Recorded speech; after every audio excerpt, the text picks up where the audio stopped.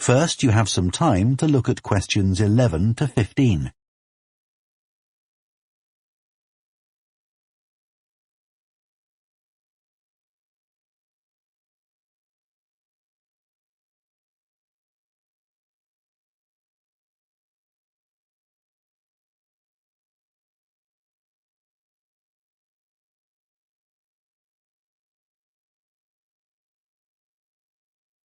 Now listen carefully and answer questions 11 to 15. Good morning, and thank you for coming here today. I'd like to bring you up to date with changes in the school that will affect your children.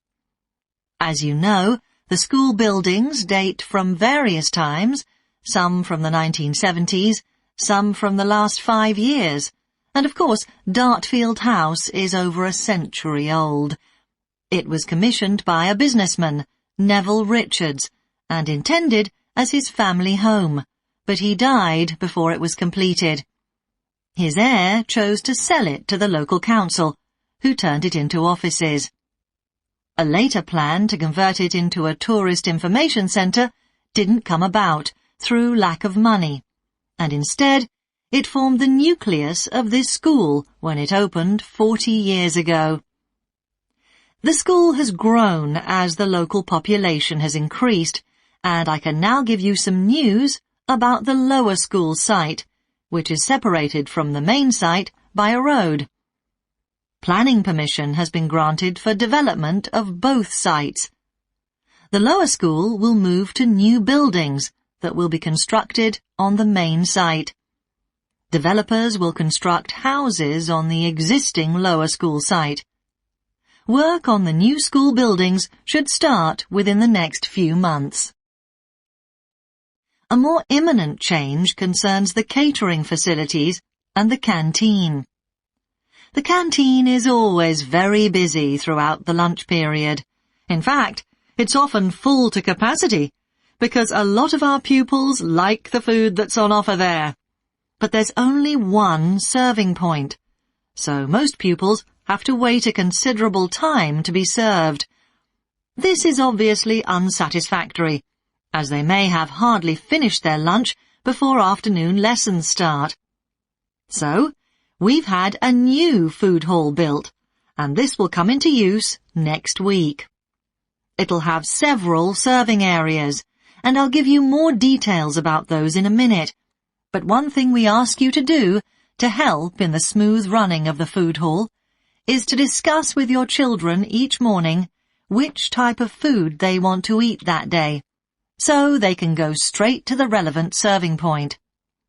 There won't be any junk food, everything on offer will be healthy, and there's no change to the current system of paying for lunches by topping up your child's electronic payment card online. You may be wondering what will happen to the old canteen. We'll still have tables and chairs in there, and pupils can eat food from the food hall or lunch they've brought from home. Eventually, we may use part of the canteen for storage, but first, we'll see how many pupils go in there at lunchtime. Before you hear the rest of the talk, you have some time to look at questions 16 to 20.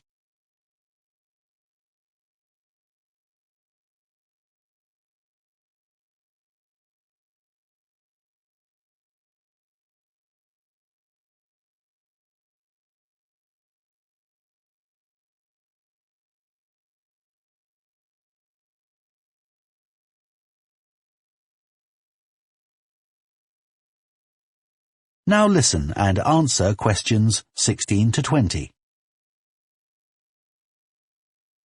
Okay, back to the serving points in the food hall, which will all have side dishes, desserts, and drinks on sale, as well as main courses. One serving point we call World Adventures. This will serve a different country's cuisine each day. Maybe Chinese one day, and Lebanese the next. The menus will be planned for a week at a time, so pupils will know what's going to be available the whole of that week. Street life is also international, with food from 3 particular cultures. We'll ask pupils to make suggestions, so perhaps sometimes there'll be food from Thailand, Ethiopia, and Mexico, and then one of them will be replaced by Jamaican food for a week or 2. The Speedy Italian serving point will cater particularly for the many pupils who don't eat meat or fish. They can be sure that all the food served there is suitable for them. There'll be plenty of variety, so they shouldn't get bored with the food. Okay, that's all on the new food hall. Now, after-school lessons. These are very popular with pupils, particularly swimming. In fact, there's a waiting list for lessons.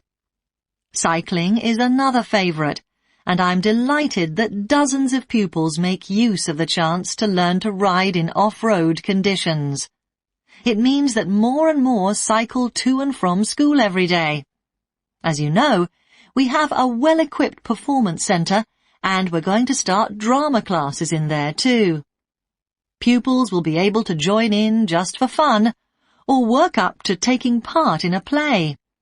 We hope to put on at least one a year. We already teach a number of pupils to use the sound and lighting systems in the centre, and a former pupil has given a magnificent grand piano to the school, so a few pupils will be able to learn at the school instead of going to the local college, as many of them do at the moment. That is the end of Part 2. You now have half a minute to check your answers to Part 2.